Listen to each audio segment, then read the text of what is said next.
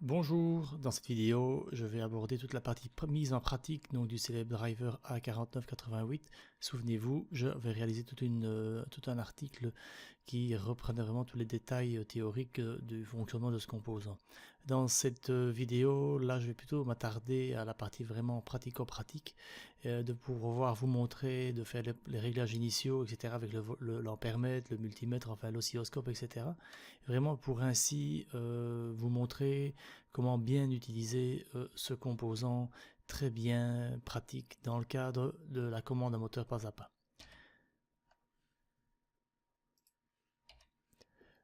Un petit rappel sur le principe de fonctionnement, souvenez-vous. Donc l'idée, oui, ici c'est vrai que j'évoque en fait deux drivers, le A4988 et le DRV 8825. Ce sont deux petits circuits, donc deux petits PCB qu'on retrouve facilement dans le commerce, qui sont pin-à-pin compatibles, mais qui, électroniquement parlant, donc le driver de base, sont deux types différents, mais qui sont très ressemblants, et ces deux éléments sont pin-à-pin compatibles. Dans le cadre de cette vidéo, nous allons nous intéresser uniquement au A4988. Pour ce composant, vous allez retrouver deux tensions d'alimentation, une qui sera destinée à alimenter toute la partie électronique de contrôle, donc les signaux de contrôle, et une autre alimentation qui, elle, sera chargée d'alimenter la partie puissance donc du driver, cette partie puissance sera bien sûr raccordée au moteur bipolaire. Alors les deux signaux ici donc en rouge et en bleu représentent le courant qui va traverser les deux bobines dans le moteur bipolaire. Dans ce cas-ci, mais j'y reviendrai plus tard, on est vraiment dans un type de commande en micro-stepping, hein, donc c'est indiqué ici, et on voit que ces deux signaux se rapprochent, sont pratiquement identiques à une sinusoïde. Rapidement aussi, une petite explication du schéma interne. Simplement, chaque bobinage sera commandé par un pont en H, qui lui en fait sera commandé en mode PWM. Et donc vous allez avoir aussi sur le petit PCB deux petites résistances ici, RS1 et RS2, qui vont se charger de mesurer le courant à travers les bobinages donc, du moteur, et cette mesure sera en permanence contrôlée par l'ensemble du driver pour garantir un fonctionnement optimal et donc une gestion parfaite du courant à l'intérieur des bobinages, mais tout ça nous allons le voir bien sûr en pratique. Petite explication du pont en H. Par le biais des quatre interrupteurs qui sont en réalité des quatre MOSFET, vous allez pouvoir inverser la polarité donc de la tension au bord de la charge, donc au bord de votre bobinage. Si je prends l'exemple ici de la photo du centre, si l'interrupteur S1 et S4 sont saturés, donc sont fermés, et S2 respectivement S3 ouverts, vous voyez que la polarité est représentée comme ceci. Par contre, si vous avez S2 et S3 qui eux sont fermés et donc S1, S4 ouverts, vous voyez que la polarité au banc de la charge est représentée comme ceci. Et donc c'est comme ça qu'on va pouvoir inverser le courant dans le moteur à partir d'une tension qui, elle, ne changera pas de polarité, puisque les polarités ici entre le point supérieur et inférieur sont toujours bien sûr les mêmes. Le pont H ici en réalité qui est représenté là correspond à la tension ici du moteur Power Supply, qui correspond donc au Vmod et au GND de votre petite carte. Donc c'est sur ces deux bornes-ci que nous viendrons connecter la partie donc de l'alimentation destinée à la partie puissance donc du driver. Par contre, ce qui est de la partie commande, vous voyez ici donc la partie donc la tension de la logique de commande devra se situer entre 3 et 5,5 volts et viendra se connecter entre le VDD et GND. En pratique, bien sûr, c'est très important d'avoir deux tensions d'alimentation différentes. Cependant, même si ces deux alimentations sont différentes, il faudra bien sûr connecter les deux GND, eux, ensemble.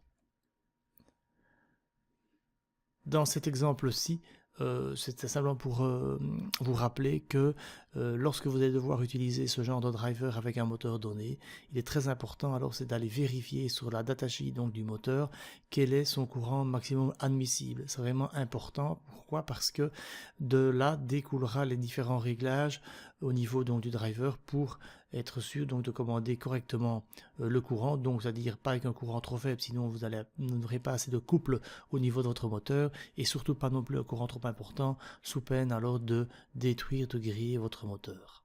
Regardez, c'est un point quand même hyper important ici, la caractéristique ici, donc 1,33 A, 2,8 volts. Ça veut dire que si un courant de 1,33 ampères traverse un des bobinages du moteur, donc le courant max à ne pas dépasser, la tension résultante sera de 2,8 volts. Ça c'est dû à la loi d'Ohm, donc dû à la résistance donc à la valeur ohmique donc de la bobine. Par contre, si vous allez peut-être être étonné du fait que on ne doit pas travailler avec des tensions supérieures à 2,8 volts, alors que quelque part le V-mode, donc la tension d'alimentation du pont H, quant à elle, pourra aller jusqu'à 35 volts. Vous allez voir que c'est grâce justement à toute la régulation en interne du système par la commande PWM que le driver fera en sorte de régler, donc de faire en sorte que le courant ne dépasse pas ces 1,33 ampères. Mais tout ça, nous allons le voir à l'aide de mesures pratiques. Et comme je l'ai dit tout à l'heure, c'est grâce aux deux résistances RS1 et RS2 que le système pourra contrôler en permanence le courant à l'intérieur du moteur. Alors je parle beaucoup de ces deux résistances parce que vous allez voir qu'elles ont leur valeur a de l'importance pour pouvoir par la suite régler le courant dans le moteur bipolaire. Je voudrais quand même prendre encore 10 minutes ici pour tout de même vous expliquer la connexion de ce genre de driver dans les montages que vous pourriez faire avec. Donc je ferai allusion notamment si vous utilisez ça sur des breadboards. C'est toujours très important de bien comprendre comment relier les différentes pins de cet élément au reste de votre montage. Alors si vous pouvez, comme vous pouvez le voir sur cette schématique qu'on retrouve beaucoup sur le web, hein, c'est un schéma assez classique pour ceux qui se sont déjà intéressés à ce type de driver. Vous voyez qu'il y a ici des étiquettes qui sont en gris, qui sont grisées, et d'autres qui sont quelque part en noir foncé. Ça représente en fait le fait que ça correspond au câblage minimal. Ce que ça veut dire, c'est que vous êtes obligé, donc dans la configuration de base, d'avoir au moins le signal DIR de connecter, le signal STEP de connecter, et vous voyez que la pin reset ici soit aussi connectée à la pin sleep, d'accord? Quant aux signaux enable MS1, MS2, MS3, vous pouvez ne pas les connecter, c'est-à-dire de laisser ces connexions vides. Alors je voudrais quand même attirer votre attention sur le fait que d'une manière générale, tout électronicien qui va peut-être entendre cette vidéo va toujours se dire que il est toujours très important de placer des potentiels fixes aux différentes entrées d'un système. Et c'est bien vrai, mais je voudrais alors justement parcourir avec vous le schéma de principe de cette petite carte et pour mieux comprendre le fait que certains signaux peuvent, si vous voulez, ne pas être connectés, donc laissés libres de connexion. Alors si on prend la pin enable, vous voyez que cette pin enable, on la retrouve ici, et vous voyez qu'en fait elle est reliée ici à la résistance R6, qui est ce qu'on appelle une pull down, ce qui veut dire que à l'absence de connexion sur la pin 8, donc ça correspond à cette pin-ci, quelque part le potentiel sur la pin 2 ici, donc du driver, sera maintenu, sera tiré, on dit ça, d'ailleurs on dit pull down, donc tu sera tiré vers le bas, donc sera relié à la masse, au niveau du potentiel de la masse grâce à la résistance de 100K, et donc le niveau logique ici sera bien posé à 0 volts. Quand, si vous regardez maintenant pour la pin reset et sleep, qui est ici, vous voyez que si effectivement regardez la pin reset, quant à elle, elle n'est reliée à rien du tout, donc il faut absolument la relier à quelque chose. Alors ici, si on n'utilise pas ces fonctions en question, on peut alors relier la pin sleep à la pin reset, parce que si vous regardez bien, la pin sleep, quant à elle, est réellement, enfin, est aussi connectée à une résistance dans ce cas-ci plutôt de pull up, parce qu'on tire le potentiel vers le haut, donc regardez la pin ici VDD, ou aussi à travers une résistance de 100 kΩ, et donc en l'absence de signaux sur la pin 3 ici, le potentiel donc de la pin 14 du driver est bien imposé à 1. Si vous reliez alors la pin reset à la pin sleep, je dirais le signal reset va profiter de la pull-up de la pin sleep pour maintenir également un potentiel haut. Pourquoi est-ce qu'on a mis une pull-up et une pull-down? Tout simplement, il faut aller voir la datasheet du composant. La fonction sleep est active à l'état bas, c'est ce que représente la barre ici au-dessus du sleep, ce qui veut dire que à l'état haut, nous ne remplissons pas la fonction sleep. C'est pour cette raison qu'en l'absence de signaux sur la pin 3, on place ici une pull-up pour maintenir ce signal à l'état haut. Idem pour la pin reset active à l'état bas. Donc si on ne veut pas utiliser le reset, il faut qu'on la maintienne à l'état haut. Maintenant, vous allez me dire, pour les pins MS1, MS2, MS3, on peut voir sur la synoptique ici que ces pins n'ont pas de pull-up ni de pull-down, alors qu'on voit ici sur la représentation ici du dessus que ces pins pourraient, je dirais, ne pas être connectés à la masse, enfin, pourraient rester sans connexion. Alors là, là, il faut aller un petit peu plus loin, il faut aller un peu voir dans la datasheet du composant, et là, vous allez constater que, en tous les cas ici, j'ai fait une capture d'écran d'une partie de la datasheet, et le constructeur vous indique que en interne du composant, ces 3 pins possèdent déjà des pull-down en interne. Vous voyez que la pin MS1 et MS3 ont toutes les deux une résistance de 100 kg et la pin MS2 a une résistance de 50 kg. Là où je ne sais pas vous répondre, c'est pourquoi est-ce qu'ils ont fait la distinction, ou plutôt pourquoi est-ce qu'ils ont mis des valeurs différentes entre MS1 et MS3 par rapport à MS2. Maintenant, généralement, une pull-up, ce n'est pas la valeur qui va quelque part vraiment influencer généralement, valeur de 10K, 47K, 100K, 50K, tout ça sont des valeurs qui sont généralement utilisées. Donc voilà, je ne connais pas, je n'ai pas l'explication pourquoi il y a une différence entre les deux, mais je dirais que ça n'a pas beaucoup d'importance. Mais tout ça, c'est quand même important de bien savoir ça, parce que ça vous permet de bien comprendre, parce que très souvent dans mon expérience, j'ai constaté que tout souvent les dysfonctionnements que vous allez pouvoir observer dans vos différents montages sont souvent, croyez-moi, liés à ce genre de petits détails, où si vous laissez une connexion, donc une pin en l'air, alors qu'elle ne doit pas être en l'air, qu'elle doit être connectée à un potentiel correct, vous allez voir qu'à tous les coups, vous allez avoir des dysfonctionnements totalement aléatoires, et quand on n'a pas l'habitude, on se demande vraiment à quoi est dû ce dysfonctionnement. Pour la mise en pratique de ce driver, donc vous avez différentes possibilités. Moi, j'ai décidé, parce que j'avais cette carte sous la main, c'est d'utiliser la carte RAMP 1.4, qui est une carte qu'on retrouve aussi beaucoup sur le web et qui est utilisée au départ pour fabriquer donc ses propres imprimantes 3D. Je ne vais pas rentrer dans les détails donc, de cette carte, bien sûr, mais je la trouvais intéressante parce que elle était relativement bien équipée pour pouvoir alors placer le driver sur celle-ci et pouvoir faire quelques essais. Cette carte en question s'applique directement sur l'Arduino Mega. Donc j'ai réalisé un petit programme dans l'Arduino qui permettra en fait de commander le moteur. Ici vous voyez que j'ai ajouté également à cette carte un petit potentiomètre, donc monté en diviseur de tension, qui permettra en fait de faire varier une tension entre 0 et 5 volts sur une entrée libre de cette carte, pour pouvoir alors modifier, si vous voulez, très facilement la vitesse de rotation de mon moteur. Donc en deux mots, cette tension va varier entre 0 et 5 volts en fonction de la position de mon potentiomètre. Le microcontrôleur, donc l'Arduino Mega, viendra lui mesurer cette tension analogique, et en fonction de la valeur qu'il va mesurer, alors le petit programme va modifier la fréquence à laquelle nous allons générer les signaux step pour donc modifier la vitesse du moteur. Mais tout ça, je vais bien sûr vous le montrer par la suite. Alors ici, je voudrais attirer un peu votre attention sur un certain nombre de choses. Cette carte RAMP 1.4 est censée être alimentée avec une tension maximale de 12 volts. Dans le cadre de cette vidéo, j'ai justement voulu mettre un petit peu en évidence différents aspects, notamment par rapport à la tension d'alimentation donc du pont en H, et de vous montrer justement que cette tension d'alimentation peut avoir un impact sur certaines parties, ou du moins sur certains signaux, sur certains comportements du moteur. Mais faites attention, j'ai dû faire quelques petites modifications au niveau de la carte. Alors je vous explique rapidement. Déjà, faites attention, c'est que vous voyez sur cette carte, les condensateurs qui sont placés ici sont des condensateurs de découplage qui sont placés au niveau du VMOT.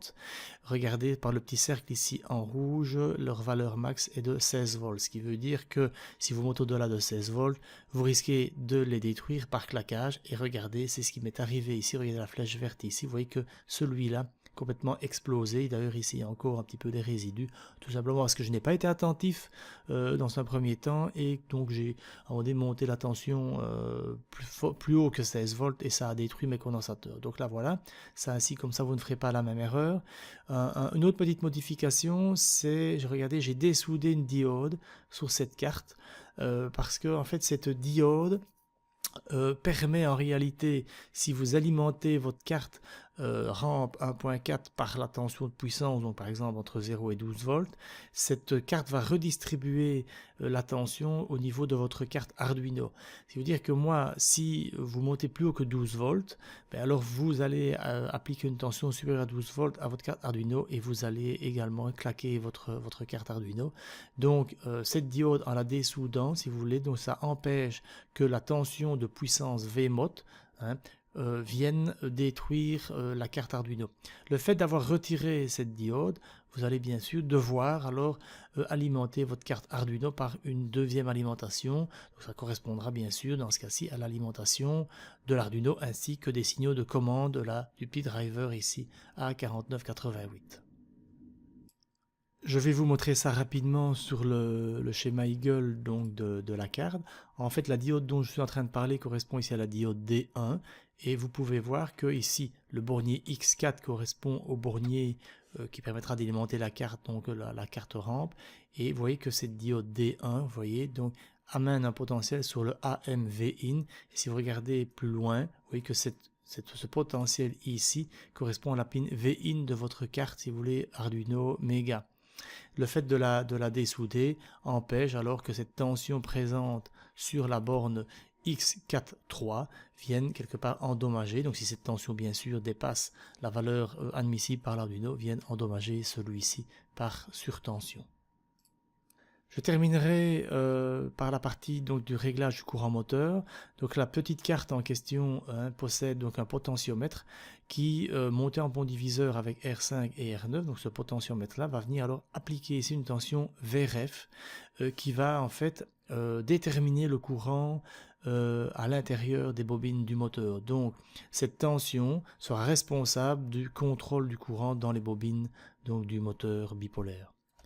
Si vous regardez dans la datasheet, en fait, il y a une petite formule qui vous montre, en fait, ou plutôt qui vous indique la valeur de ce courant max en fonction de ce VRF que vous allez appliquer à l'aide du potentiomètre, ainsi que des deux résistances dont je vous ai parlé tout à l'heure. Donc, en fonction de la valeur de RS et de VRF, vous allez obtenir, donc cette formule vous donne la valeur que vous allez obtenir au niveau du courant à l'intérieur de vos bobines. Donc, lorsque vous achetez ces cartes toutes faites, le RS, il faut bien regarder dans la datasheet, donc sur les informations, les caractéristiques techniques de la carte.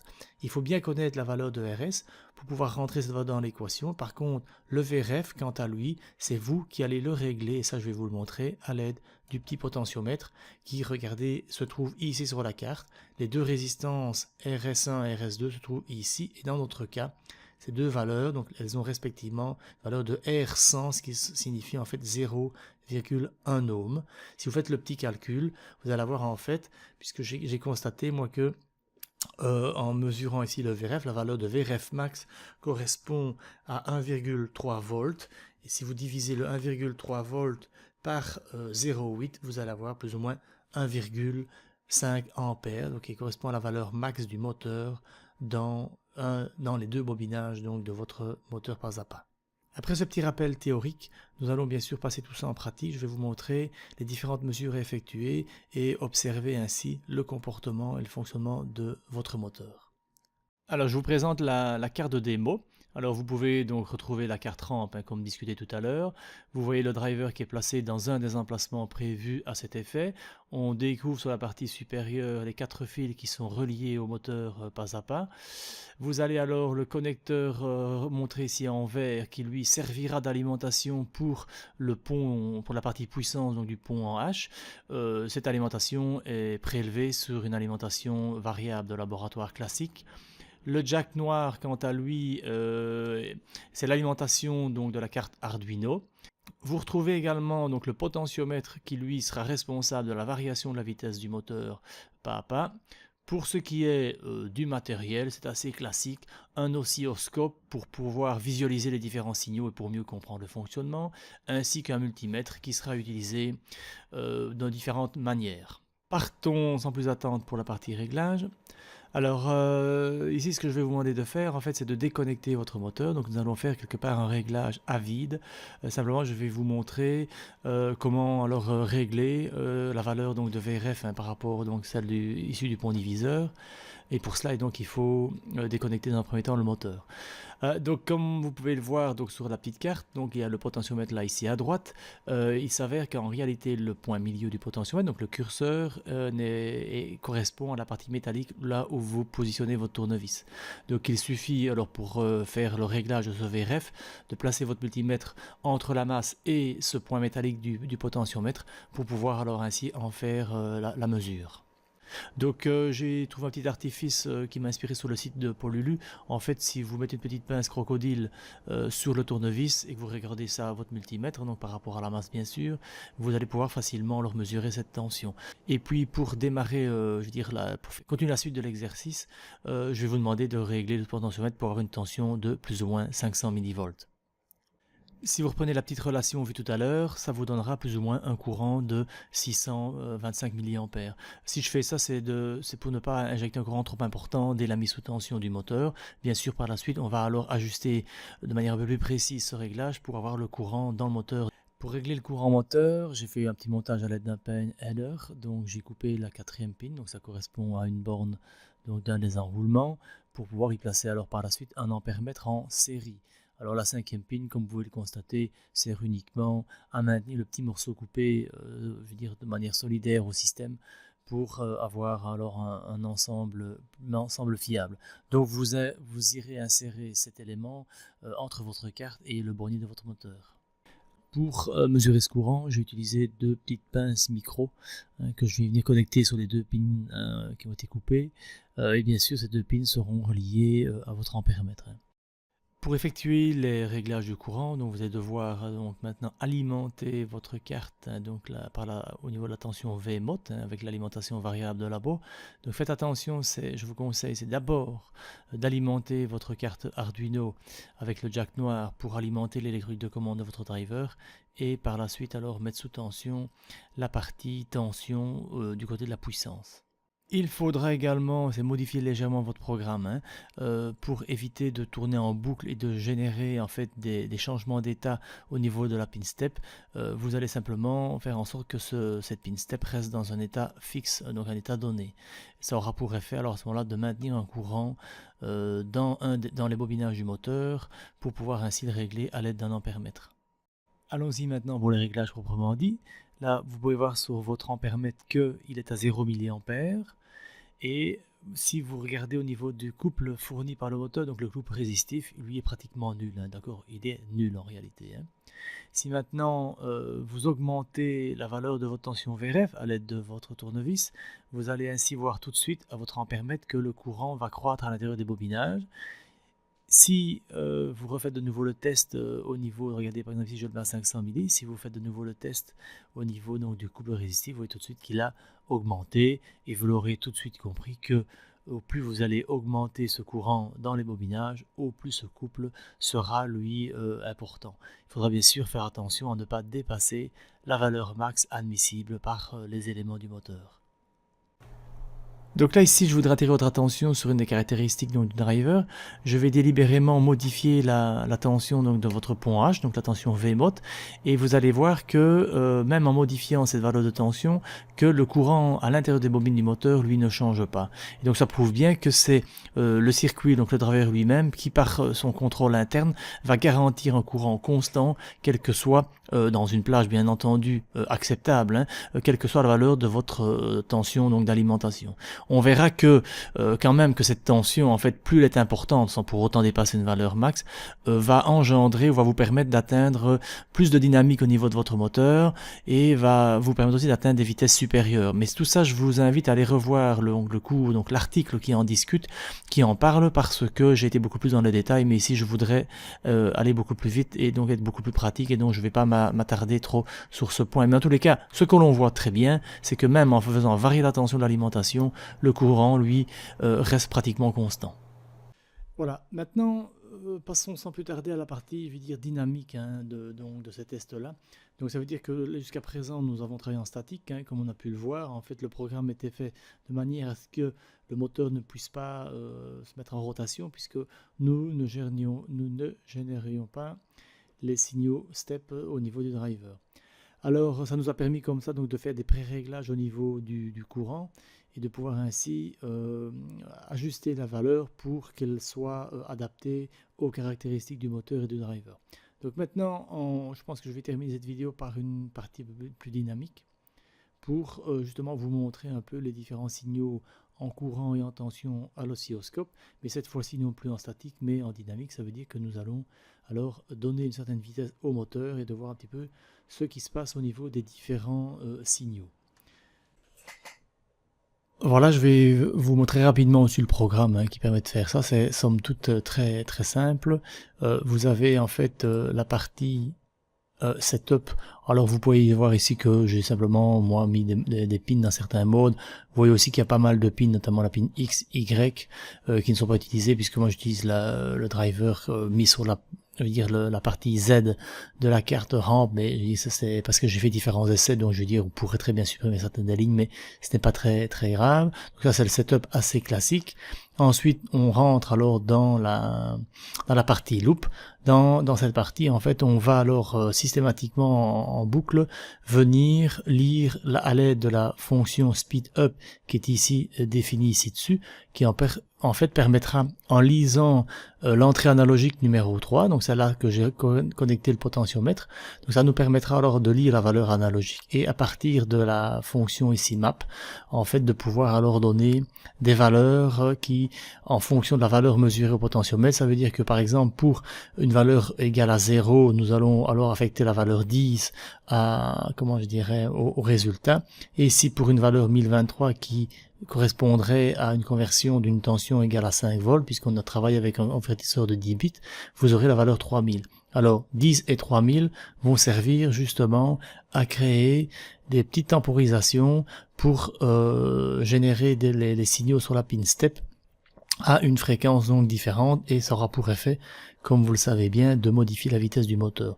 C'est relativement simple, donc on est en permanence dans la boucle loop, on lit à chaque passage de boucle la tension d'alimentation sur la pin, non pas la tension d'alimentation pardon, mais la tension sur la pin numéro 3, ça adapte de ce fait là la valeur de la temporisation, on génère un niveau logique haut et un niveau logique bas sur le signal step, tout ce qui est pin de direction, enable, etc. Nous ne l'utilisons pas, ce n'est pas le but ici. Et c'est comme ça qu'on parviendra à faire tourner le moteur, et ce, à des vitesses différentes. Voilà, alors, pour le matériel, donc lui, il ne change pas, c'est le même que pour les tests précédents, si ce n'est que j'ai utilisé, donc souvenez-vous dans l'article, le petit montage qui utilise un mini BNC pour mesurer la tension au bornes d'une petite résistance de shunt qui permettra alors de visualiser le courant à l'oscilloscope. J'utilise également une sonde différentielle qui permettra en même temps de visualiser la tension aux bornes d'un enroulement. Pour effectuer les mesures de tension, j'ai utilisé des petites pinces qui permettent en fait, je vais vous montrer en détail par la suite, en fait ça vous permet, il y a à l'intérieur de cette pince-ci une petite pique métallique qui permet alors en fait de faire un petit trou dans l'isolant du fil pour pouvoir très facilement vous connecter, si vous voulez, au niveau donc du signal de la bobine, sans pour autant aller, je veux dire, mettre des probes d'oscilloscope. Là, au niveau de la carte ramp, j'ai fait comme ça parce que c'était plus facile. Voilà, c'est parti. Donc là, le programme est en exécution. Vous pouvez voir alors que le moteur est en train de tourner à une certaine vitesse. Et si j'agis maintenant sur le potentiomètre, regardez, vous voyez que j'arrive à diminuer la vitesse du moteur. Là, ce que vous voyez ici, pour l'instant, il y a un peu comme de la résonance mécanique au niveau du moteur. Mais regardez, si j'accouple un petit couple résistif à celui-ci, alors la vitesse devient de nouveau stable. Ça, j'ai remarqué qu'à un moment, pour une certaine fréquence de rotation du moteur, et ça dépend du moteur, des caractéristiques internes du moteur, vous avez parfois un petit tremblement, le fait qu'il tourne à vide. Alors, je vais augmenter, regardez la vitesse. Vous voyez, on va le voir tout de suite ici, voilà. On peut le constater sur la vidéo. Donc, en fonction de la valeur de mon potentiomètre, j'ai une valeur qui, qui évolue aussi au niveau donc du moteur. Voilà. Donc, on peut constater ici à l'oscilloscope donc le signal de courant, donc le signal du courant qui traverse un des enroulements du moteur pas à pas, qui est le signal jaune, et le signal bleu qui lui correspond à la tension aux bornes de cette même bobine. Alors, on va tout d'abord s'intéresser au signal de courant que voici ici en jaune. Et donc, en fait, donc ici on voit bien ici qu'il y a sans cesse regarder un changement, donc une inversion de courant au niveau du bobinage. Donc ça, c'est propre au fonctionnement du moteur pas à pas. Là, je voudrais vous expliquer, et ça on fera un petit parallèle par rapport à la datasheet, c'est que si vous regardez bien sur le dessus ici du signal, vous voyez en fait que si je vais maintenant dilater, vous allez voir en réalité, regardez, sans cesse une augmentation, une diminution, etc. Et ça, c'est propre également au contrôleur PWM qui est à l'intérieur donc du driver. Le petit souci ici, comme vous pouvez le constater, on est relativement bruité. Pourquoi? Parce qu'on a un phénomène qu'on appelle de mode commun. Mais je ne vais pas pouvoir rentrer dans le détail ici dans cette vidéo, c'est pas vraiment le but.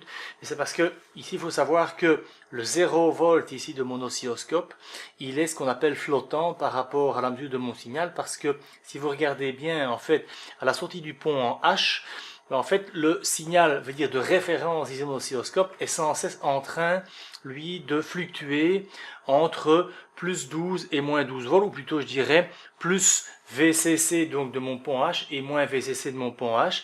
Et alors le fait d'avoir cette fluctuation, c'est-à-dire que mon point 0 ici fluctue sans cesse et n'est pas référencié par rapport, je veux dire, à la masse, par rapport à la terre de mon oscilloscope, et donc ça nous engendre un peu plus de parasites. Par contre, il faut savoir, pour effectuer ce genre de mesure, il faut être très prudent. Pourquoi? Parce que il faut savoir que le GND ici de votre oscilloscope, généralement, il est relié à la terre de votre oscilloscope. Donc, il est relié à la prise de terre, de la prise d'alimentation donc de l'appareil.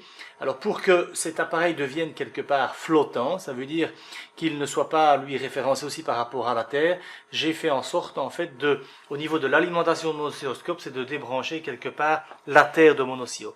Il faut être très prudent par rapport à ça, parce que d'un point de vue de sécurité par rapport à vous, opérateur, il faut rester très prudent. Dans mon cas ici, je ne craignais rien, puisque de toute façon, je travaille ici avec de faibles tensions et je n'ai pas, je veux dire, de soucis particuliers. Même ici, si quelque part le point ici fluctue, n'est pas référencé par rapport à la Terre, il fluctue autour d'une tension qui est tout à fait acceptable pour mes mesures et pour ma sécurité.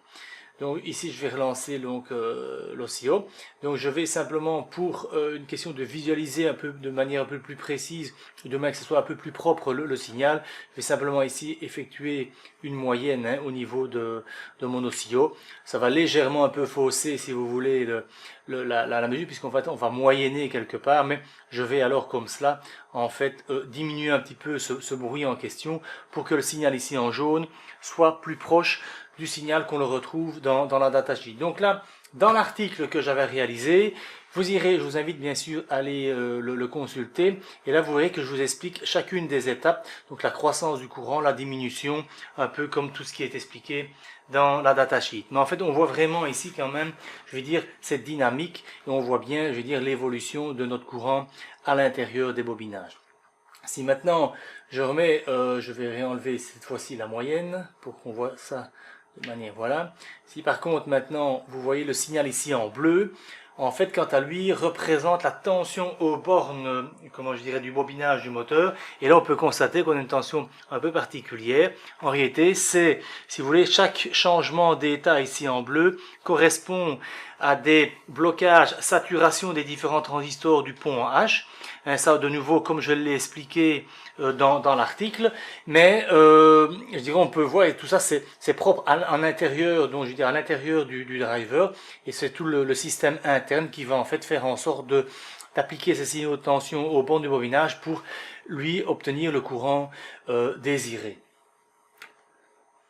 Alors là aussi je voudrais vous montrer au niveau de l'oscilloscope que ma tension d'alimentation, qui pour le moment est à 13,8 volts, je vais faire en sorte, si vous voulez, de diminuer sa valeur. Donc là ici, pour une question de facilité pour la vidéo, je ne vais pas vous montrer le cadran de la tension d'alim, mais bon voilà.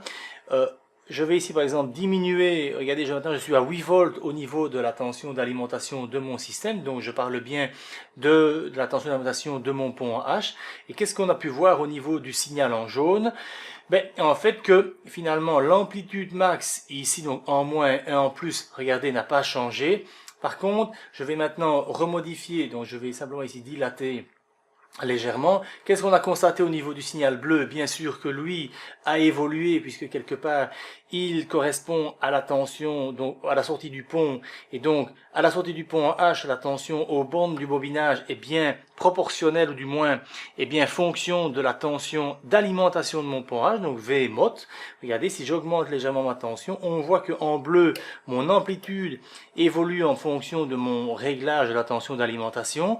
Et qu'est-ce qu'on constate au niveau de mon signal en jaune? Lui, le sommet, comme je le dis tout à l'heure, n'a pas changé. Par contre, regardez, on voit ici, au niveau dynamique, regardez, donc quand je prends ici du point là à ce point-ci, en fait, ça c'est le changement de sens du courant dans mon bobinage. Ça c'est dû à mon séquencement donc de mon signal sur la borne step. Mais on voit tout de suite, et ça aussi je l'ai expliqué en détail dans l'article, plus j'augmente la tension, on voit que la pente de mon signal ici en jaune augmente en fonction donc de cette tension. En fait, ça c'est dû au fait de ma partie selfique dans l'enroulement de mon moteur qui fait que plus la tension est importante au niveau de mon pont en H, plus, si vous voulez, le DI sur DT de mon courant moteur, lui, sera plus important également. Mais en tous les cas, une chose est sûre, c'est que ça n'a pas d'effet sur l'amplitude. Pour tout ça, pourquoi? Parce que vous allez voir alors que au niveau de la dynamique donc de mon moteur, ça aura alors une influence. Alors je vais, pour faire le test, descendre la tension aux alentours de 8 volts, au niveau de la tension d'alimentation de mon driver.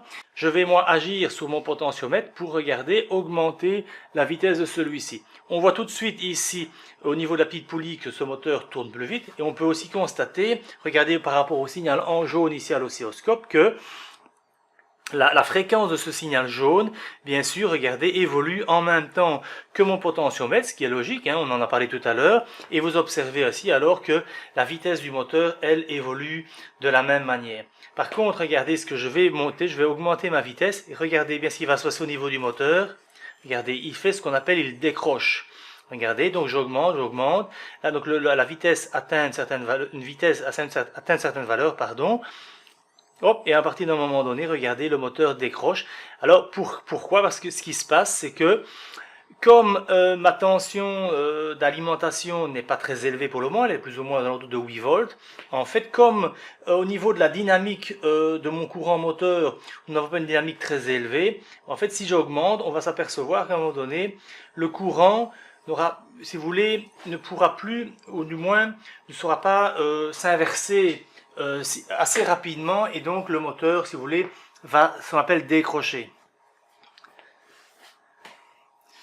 Alors maintenant, vous allez voir, je vais augmenter maintenant ma tension d'alimentation donc du pont en H.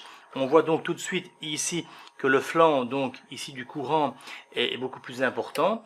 Et donc là, je vais monter par exemple à 20 volts par exemple. On peut constater, c'est que la vitesse de mon moteur, elle, n'a pas changé.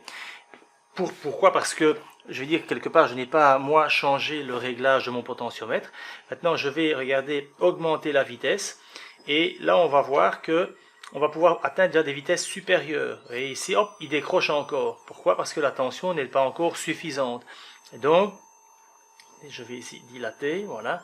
Et donc, on voit tout de suite que là, en fait, on va changer le sens du courant. On oscille autour de la valeur réglée un court instant, puis on change directement d'inversion. Et donc, vous voyez que plus j'augmente cela, ah, vous voyez, donc là, il a déjà décroché, voilà, voilà, ok. Et donc maintenant, je vais monter à 24 volts par exemple, et vous voyez voir que là, je vais réaugmenter. Et là, regardez, j'atteins déjà des vitesses nettement supérieures. Et alors, ça, c'est une chose. Et puis alors, en fait, on a plus de dynamique. Ça veut dire que même si je modifie rapidement la valeur de mon potentiomètre, donc ça veut dire que je vais engendrer, ou du moins je vais imposer une certaine accélération à mon moteur, et on voit ici que le système reste toujours, je dirais, en rotation. Bien sûr que tout ça a aussi ici une limite, hein, bien entendu, et vous pouvez alors encore légèrement augmenter la tension d'alimentation de votre driver. Attention bien entendu de ne pas dépasser la valeur acceptable par celui-ci. Dans mon cas, regardez, je suis pour l'instant à 25,8 volts. Ça se passe très bien, et vous voyez que j'ai comme cela une dynamique qui est relativement correcte par rapport à mon fonctionnement. Alors, on voit bien que dans certaines vitesses, on voit quand même une certaine déformation de mon courant. Vous savez, il faut bien vous dire que le moteur, tout en tournant, il y a tout un, je dirais, des aspects liés au phénomène électromagnétique, etc., qui fait que ça influence malgré tout le courant à l'intérieur des bobinages. Si on se réfère à la datasheet, et si je compare le signal ici en jaune par rapport à celui vu dans la datasheet, on est ici dans ce qu'on appelle le mode full step. D'accord? Je vais alors voir avec vous les différents modes que l'on pourrait obtenir en changeant la position de mes cavaliers. Donc je le répète, le mode full step, à chaque génération de mon signal step, mon moteur lui progresse de 1 pas. On va voir que dans le mode micro step, on va voir alors que l'on va pouvoir comme ça diviser encore le nombre, multiplier le nombre de pas pour avoir encore plus de précision au niveau de notre moteur. Mais moi je voudrais surtout m'intéresser, c'est au courant lors de changement du mode, soit en mode step, en full step pardon, demi-step, quart de step, etc. Donc là je vais vous montrer bien sûr les signaux obtenus.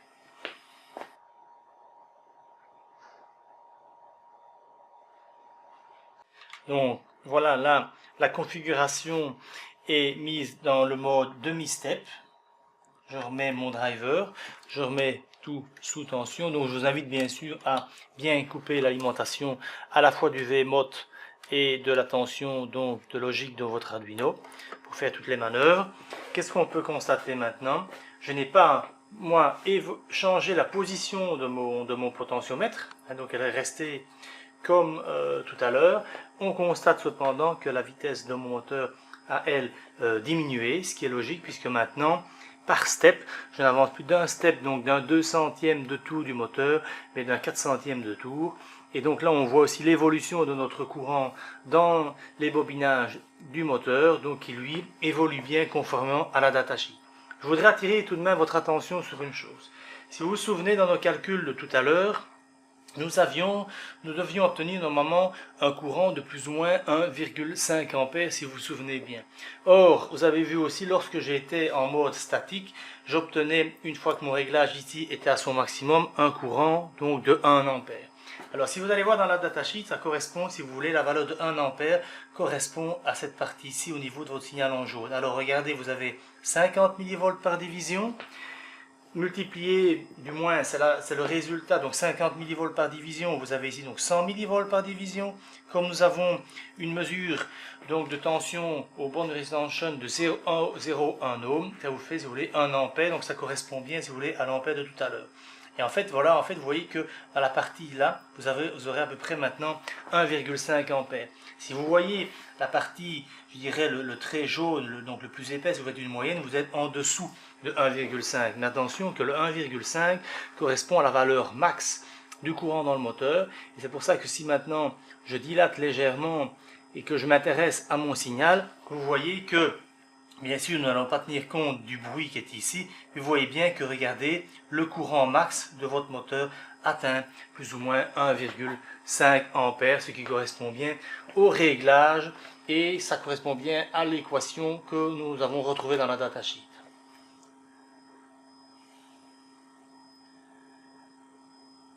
En réalité, pourquoi est-ce que vous avez 1 ampère lorsque vous êtes en continu ou en full step? Ça a un rapport avec la valeur efficace. Souvenez-vous, je dirais ce qui va être responsable de la destruction donc des enroulements si jamais nous venions à dépasser un courant trop important, c'est dû à l'effet calorifique, vous voulez, du courant à travers ces bobinages-là, dû à la résistance interne, donc plutôt dû à la résistance de cuivre de vos bobinages.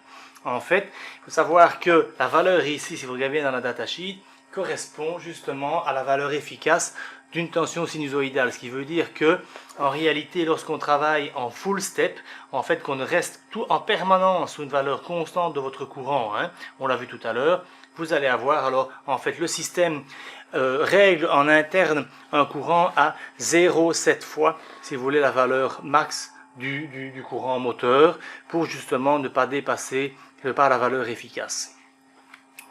Nous allons terminer cette vidéo par le mode 16e de step. Et donc là, comme on peut le constater sur la courbe de l'oscilloscope, on voit alors qu'on se rapproche d'une sinusoïde parfaite. Il est clair que nous avons toujours ce bruit qui est superposé au signal, je dirais, utile. Il faut savoir qu'on est sur un calibre de 50 millivolts par division, ce qui est un calibre très petit, et c'est tout à fait normal à ce moment-là lors de, je dirais, de visualiser ce bruit donc sur la sinusoïde. Je voudrais attirer votre attention, si l'on regarde maintenant la rotation ici du moteur, je vous signale aussi au passage que moi je n'ai pas modifié la fréquence de mon signal step.